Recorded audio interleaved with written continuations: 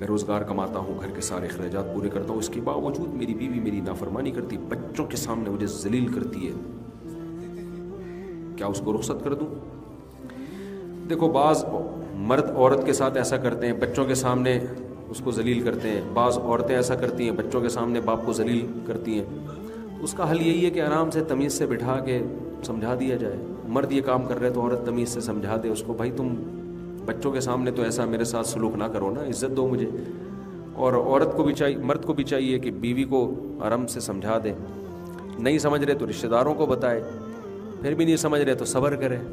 طلاقوں کے بعد جو نقصانات ہونے ہیں نا وہ اس نقصان سے زیادہ ہیں۔ تو ناقابل برداشت معاملہ ہو پھر تو شریعت نے کہا علیحدگی اختیار کرو، لیکن عام طور پر ناقابل برداشت ہوتا نہیں ہے۔ آپ ایک عیب دیکھ رہے ہوتے ہیں، کچھ بہت ساری خوبیاں بھی ہوتی ہیں۔ اگر طلاق کی طرف گئے نا تو میں نے دیکھا ہے طلاق دینے کے بعد لوگ پھر وہ دوسری لے کر آتے ہیں، اس میں ہو سکتا ہے یہ خوبی ہو لیکن دوسرے عیب میں، تو پورا ٹھیک تو دنیا میں کوئی بھی نہیں ہوتا۔ پہلے زمانے میں یار ساری چیزیں چل رہی ہوتی تھی، وہ برداشت چل رہی تھی، تو دنیا مسافر خانہ ہے نا، ٹائم پاس کرنا ہے بھائی، یہاں پہ سارے مزے یہاں تھوڑی اڑانے ہیں، ٹائم پاس کرنا ہے بس۔ کسی کو خوش اخلاق مل جاتی ہے، کسی کو بد اخلاق مل جاتی ہے، کسی کو خوبصورت مل جاتی ہے، کسی کو تھوڑی بدصورت مل جاتی ہے، کسی کو جو ہے وہ خدمت گزار مل جاتی ہے، کسی کو ایسی ملتی ہے جو خدمت نہیں کرتی۔ تو گزارا چلانا ہے، گزارا۔ تو میاں بھی اسی ٹائپ کے ہیں مارکیٹ میں، کوئی کسی خاتون کو اچھا میاں مل جاتا ہے، کسی کو آڑے ترچے مل رہے ہوتے ہیں، سمجھ میں نہیں آ رہا تھا بندہ ہے یہ انسان کا بچہ ہے کیا ہے یہ۔